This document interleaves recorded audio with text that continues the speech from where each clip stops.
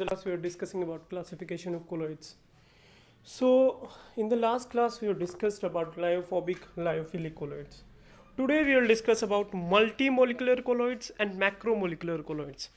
These type of classification is depends upon the particles present in disperse phase.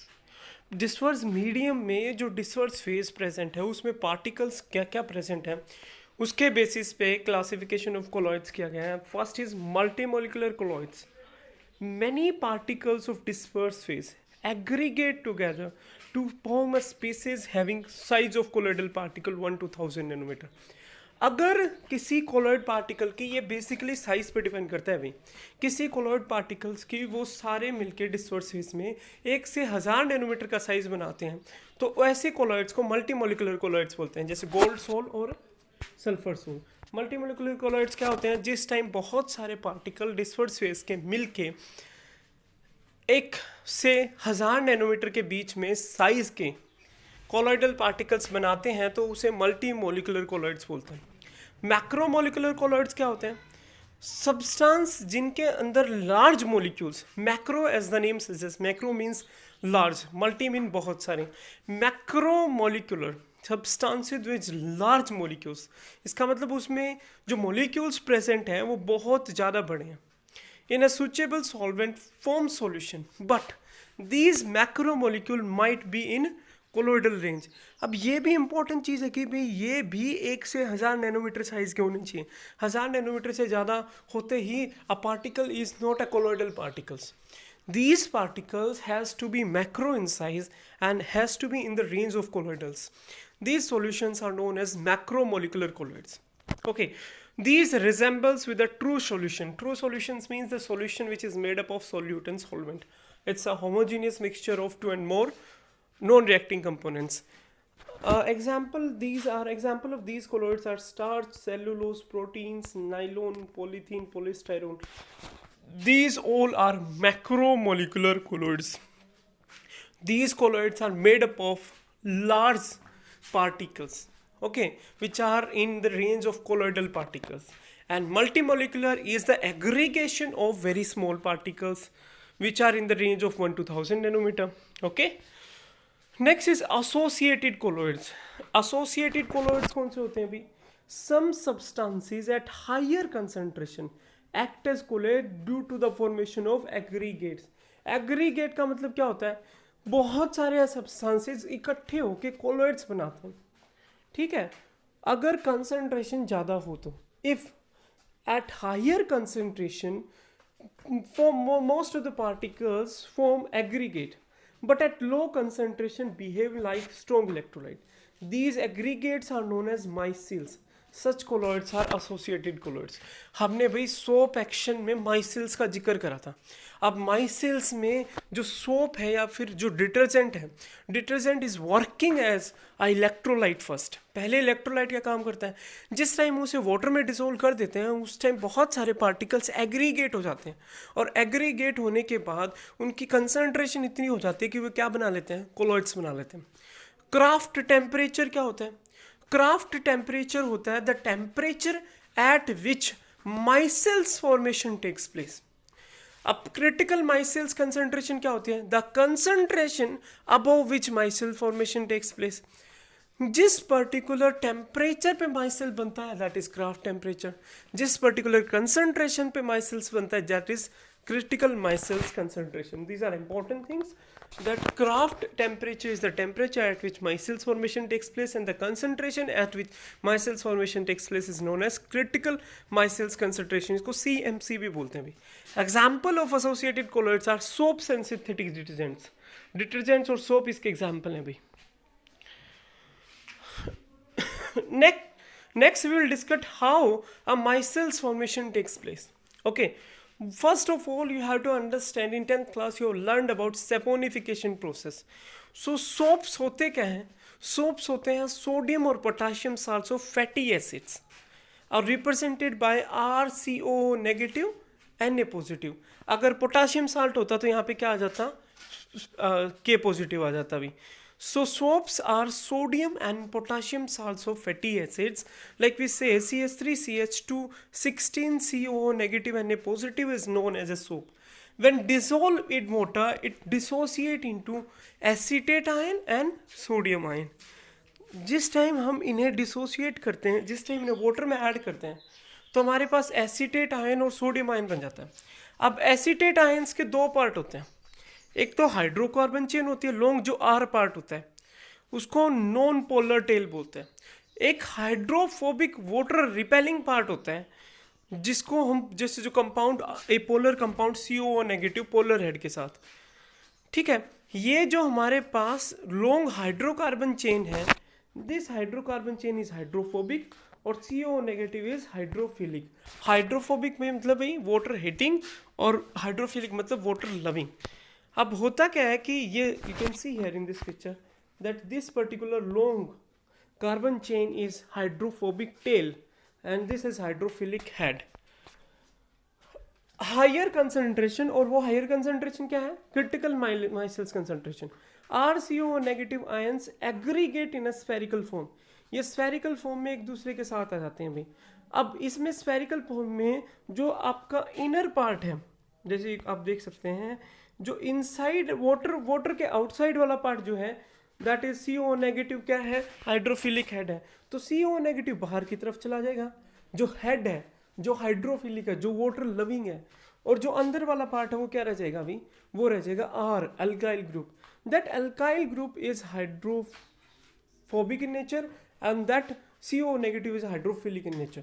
So they form a aggregate around a dirt. तो ये dirt के चारों तरफ dirt एक aggregate बना लेते हैं, एक स्फेरिकल स्ट्रक्चर बना लेते हैं. अब डर्ट जो है वो हाइड्रोफोबिक है, इसीलिए वो अल्काइल के साथ अटैच हो जाता है. जैसे ही हम एक्स्ट्रा वाटर के साथ वॉश करते हैं तो बाहर वाला पार्ट हाइड्रोफिलिक है, तो वाटर के साथ कंबाइन होता है और वाटर के साथ चला जाता है. तो जितना भी डर्ट है, जितना भी ग्रीस है किसी भी पर्टिकुलर मटेरियल पे जिसको हम वॉश कर रहे हैं, that can go out. Okay, so at higher concentration RCO negative form aggregate spherical shape with the hydrocarbon chain pointing towards center because of hydrophobic, and CO negative is pointing on the surface of sphere which is hydrophilic. इसको हम क्या बोलते हैं? आयनिक माइसेल्स बोलते हैं. इसमें कितने ions होते हैं भाई? 100 आयंस होते हैं. Next is the cleansing action of soap is due to the formation of micelles. अब माइसेल्स फॉर्मेशन ना हो तो सोप जो है वो क्लीन नहीं कर सकती किसी भी चीज़ को. माइसेल्स फॉर्मेशन होना ज़रूरी है for cleansing action in such A way that hydrophobic part जो है वो ऑयल पे या फिर डर्ट पे लगता है, और हाइड्रोफिलिक पार्ट कैसे होता है? बाहर की तरफ होता है. ये मैंने अभी बताया अभी. Since the polar groups interact with water surrounded by soap ion is pulled out of the surface and pulled into the water. You can see here hydrophobic part क्या करता है? वो बाइंड करता है डर्ट के साथ. जैसे ही हम एक्स्ट्रा वाटर डालते हैं, जो बाहर की तरफ हाइड्रोफिलिक पार्ट है वो वाटर के साथ बाइंड करने की कोशिश करता है और वाटर से बाइंड करके बाहर चला जाता है, और इसके साथ साथ वो डर्ट को भी ले जाता है.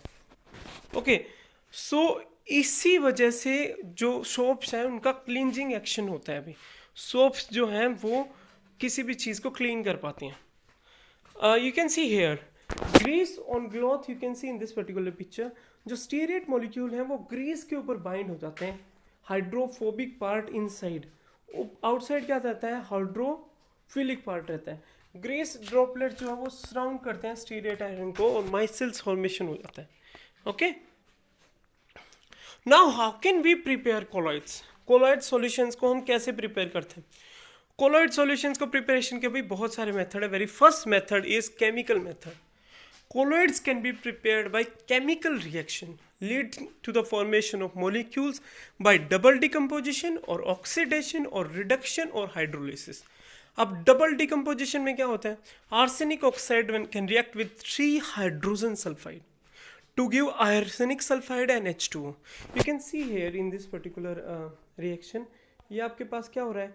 आर्सेनिक ऑक्साइड प्लस 3H2S है.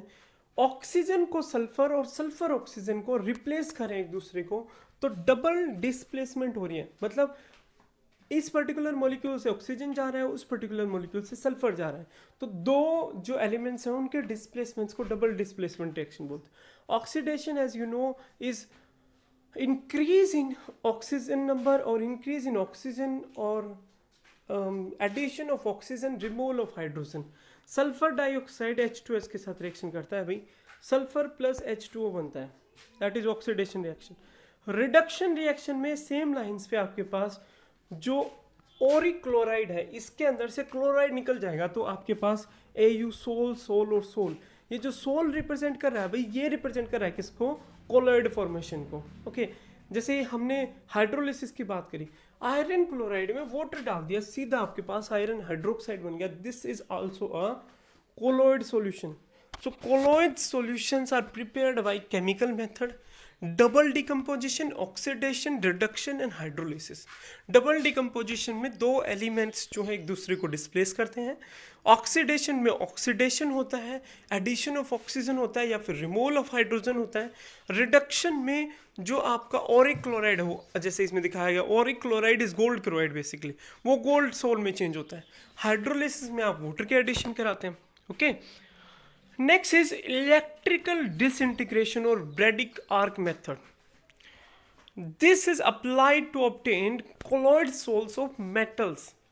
जैसे अगर हमें गोल्ड का, सिल्वर का, प्लेटिनम का अगर कोलॉइड सॉल्यूशन बनाना हो तो हम इसके लिए इलेक्ट्रिक डिसइंटीग्रेशन और ब्रेडिक्स आर्क मेथड करते हैं. Electrical disintegration as a name suggest, मतलब इलेक्ट्रिसिटी पास करो, डिसइंटीग्रेट करना होता है ब्रेक डाउन करना. ठीक है, तो जिस टाइम आप एक इलेक्ट्रिक आर्क लगा देते हो इलेक्ट्रोड्स के बीच में, मतलब इलेक्ट्रिक आर्क मतलब आप बहुत ज़्यादा अमाउंट में इलेक्ट्रिसिटी पास करते हो दो इलेक्ट्रोड के बीच में, तो मेटल जो है उसे डिस्पर्जन मीडियम में क्या किया जाता है? इमर्स किया जाता है. द इंटेंस हीट प्रोड्यूस, जो हमने मेटल डाला है इसमें डिस्पर्जन मीडियम में, जो इलेक्ट्रिसिटी पास करने की वजह से जो हीट प्रोड्यूस होती है, वो हीट जो है किसको वेपराइज कर देती है? मेटल को वेपराइज कर देती है भाई. उसकी वजह से पार्टिकल्स कंडेंस हो जाते हैं to a particle size of 1-2000 nanometre, which is colloidal range of the particles. Okay, electric disintegration और Bredig arc method, we have to apply great electrical energy, means we have to give a arc to the to the electrodes so that the gold or solid particles disintegrate. Why? Because of the heat produced due to electric energy, and that is further condense the metal, and then condensed metal will form the colloid solutions. Next is peptidization. It is the process of converting a precipitate into colloidal sol by shaking it with dispersion medium in a small amount of electrolyte. आपने क्या करना है? Peptization process में पर्सिपिटेट को colloid solution में convert करना है. कैसे? डिस्पर्जन मीडियम के साथ सेक करके. अगर किसको? इलेक्ट्रोलाइट सॉल्यूशन को. इलेक्ट्रोलाइट सॉल्यूशन को आपने क्या करना है? उसको सेक करना है डिस्पर्जन मीडियम, मतलब डिस्पर्जन मीडियम का अमाउंट थोड़ा बढ़ाना है. The electrolyte used, this is called as peptizing agent. Electrolytes क्या होते हैं भाई? जो आयनाइज हो जाते हैं जिस टाइम आप वाटर में डालते हो. दो टाइप के इलेक्ट्रोलाइट्स होते हैं. Two types of electrolytes are strong electrolytes and weak electrolytes. Strong electrolyte क्या करते हैं? कंप्लीटली आयनाइज हो जाते हैं. वीक इलेक्ट्रोलाइट कंप्लीटली आयनाइज नहीं होते हैं. Okay, so peptization is a process of converting precipitate into colloidal salt by shaking them in dispersion medium. अब ड्यूरिंग पेप्टाइजेशन द precipitate क्या करते हैं? एब्जॉर्ब करते हैं one of the ions of the electrolyte on its surface. This case positive and negative charge develop on the precipitate, which ultimately break down into small particle size of colloid. Peptization process में जो precipitate बना है वो electrolyte के एक ion को absorb कर लेता है अपने सरफेस पे. अब एब्जॉर्ब करने से पॉजिटिव और नेगेटिव चार्ज डेवलप हो जाता है किस पे? पर्सिपिटेट पे, और इसकी वजह से आपका ब्रेकडाउन हो जाता है किसका? पीपीटीज का, जो पर्सिपिटेट बना है, और वो क्या बनाते हैं? कोलॉइड सॉल्यूशंस बनाते हैं. Purification of colloids, this is also a very important topic. अब हमने कोलॉइड्स बना तो लिए, कोलॉइड्स की प्रिपरेशंस हो गई हैं, we have to purify the colloids. How can we reduce the impurities to a minimum amount? तो सबसे पहले जो प्रोसेस यूज करी जाती है प्यूरिफिकेशन ऑफ कोलॉइड्स, अगर आपसे पूछा जाता है तो removing the impurities to a minimum amount is known as purification of colloids. सबसे पहली प्रोसेस डायलिसिस करते हैं भी. डायलिसिस में हम क्या करते हैं? पार्टिकल्स को डिफ्यूज किया जाता है एक सुटेबल मेम्ब्रेन से। मीन्स आपने एक मेम्ब्रेन लगानी है और जो कोलॉइडल पार्टिकल्स है उन्हें डिफ्यूज़ करना है। डिफ्यूज़ मतलब उन्हें हायर कंसंट्रेशन से लोअर कंसंट्रेशन में लेके जाना है। अब हायर टू लोअर जाते ही वो जो मेम्ब्रेन आपने लगाई है वो मेम्ब्रेन इम्प्योरिटीज़ को तो अपने पास रख लेगी और जो कोलॉइडल साइज पार्टिकल्स हैं उनको जाने देगी। सो एक अपरेटस होता है जिसको हम कहते हैं डायलाइजर इज़ यूज्ड। अब डायलाइजर क्या होता है? एक bag of suitable membrane containing the colloid. It's suspended in a vessel with fresh water flows continuously. एक बैग लिया, उस बैग को फ्रेश वाटर में, बह रहे वाटर में डाल दिया भाई, जिसके अंदर बैग के अंदर क्या है? Colloid solution. और ये बैग क्या है? एक सुटेबल मेम्ब्रेन इसमें लगी हुई है। Okay, the impurities diffuses through the membrane into the water living behind the colloids. अब होता क्या है कि जो इम्प्योरिटीज हैं वो डिफ्यूज हो जाती हैं किसके साथ? वाटर के साथ। अब मेम्ब्रेन में क्या रह गया? कोलॉइड पार्टिकल साइज रह गया। Okay, you can see here this is dialysing membrane. Water को आप पास कर रहे हैं, सोल पार्टिकल्स अंदर रह गए भी। वाटर को पास करने से जितने भी इम्प्योरिटीज़ हैं वो वाटर के साथ चली जाती हैं और कोलॉइडल साइज पार्टिकल्स जो हैं वो इस पर्टिकुलर मेम्ब्रेन के अंदर रह जाते हैं।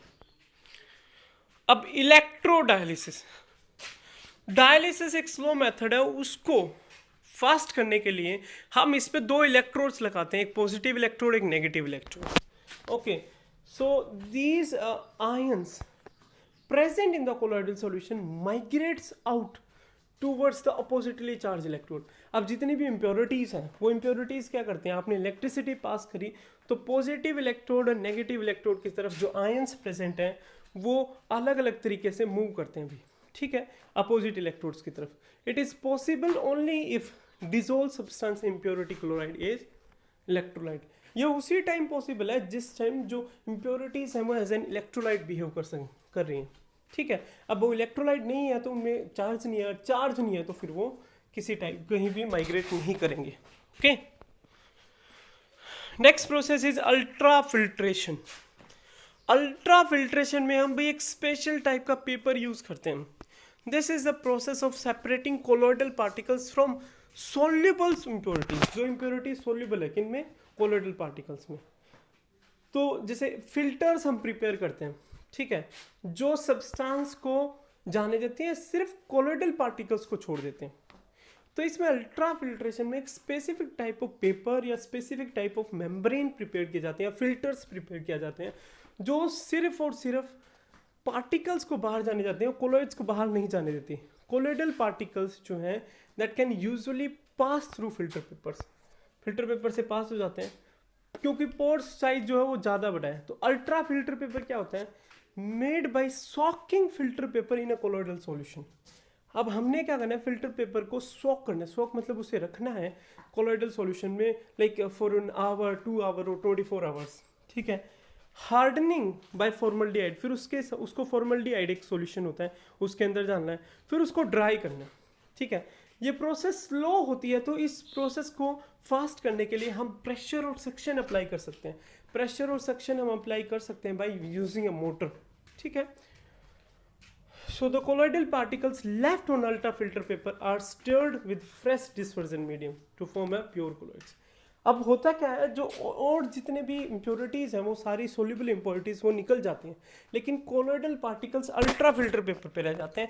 उसको डिस्पर्सन मीडियम में मिलाइए, then you can prepare the pure colloids. Okay, next properties of colloid we will discuss in our next lecture.